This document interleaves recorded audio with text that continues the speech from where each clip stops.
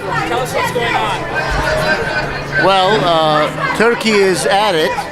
Turkey has been at it all these years, either in the form of a denial or in the form of oppressive persuasion as to allies, so-called allies of Turkey, who happen to be the so-called allies of the United States of America.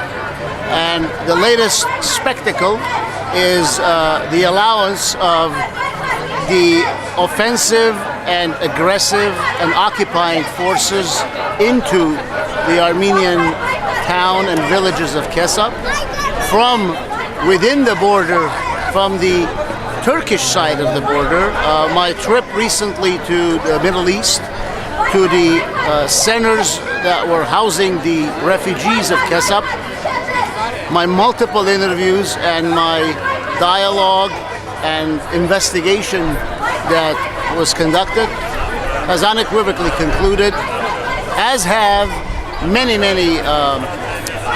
non-governmental organizations, that the complicity of the Republic of Turkey is beyond any doubt.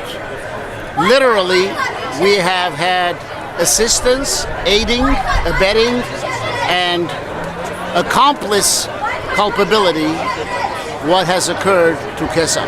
Now, what is the solution?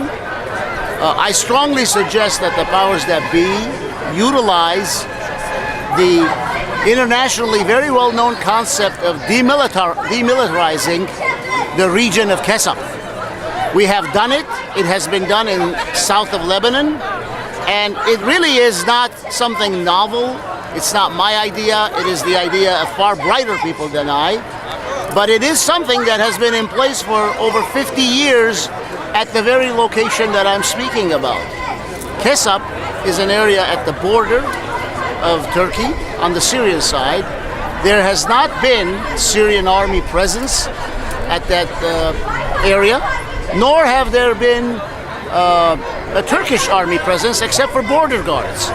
How convenient it is that the Turkish border guards decided to leave their posts only moments later to have these very posts be passed by the aggressive forces who came into the towns and villages of Kesup, who demoralized and dehumanized the very occupants and inhabitants of Kesup who have been there for hundreds of years.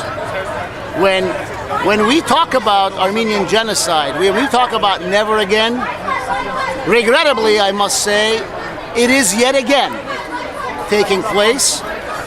Those who think that genocide is only limited to killing and beheading and torture are mistaken.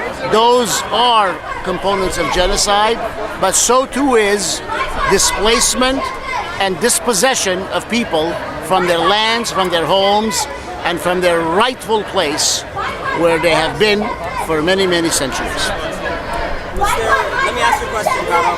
Was there any indications of the U.S. assisting in military, as we've been hearing about, military aid to the insurgency or to the opposition? Well, I could tell you that those on the ground did not discuss their knowledge, if they had any, as to such assistance, but those of us who are living in the free world know all too well that the United States of America, Saudi Arabia, Qatar, and many other nations are, in addition to the Republic of Turkey, aiding, assisting, and arming the so-called rebels who are supposedly advancing the will of the people.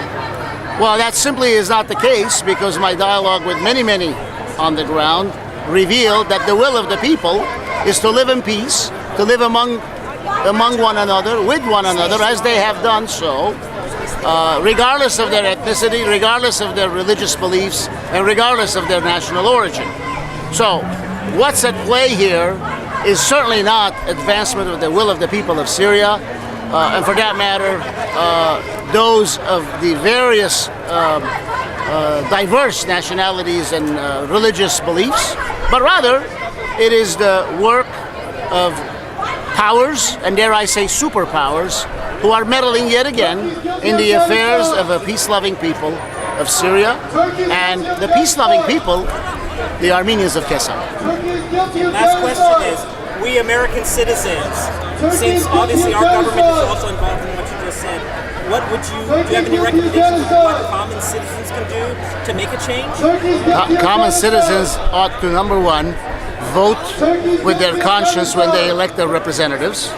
Common citizens, for following up with their conscience, ought to be heard and speak their minds and reach their respective representatives and express their concerns, and not do so as an action alert, just once responding to a request to be heard or signing their name onto a list, but rather sustained and continued and ever increasing polite pressure to be heard and to keep the voices up and to keep the message not limited to a rhetoric, but rather solid with substance until such time that those voices, those concerns, and those requests and demands are heard and acted upon.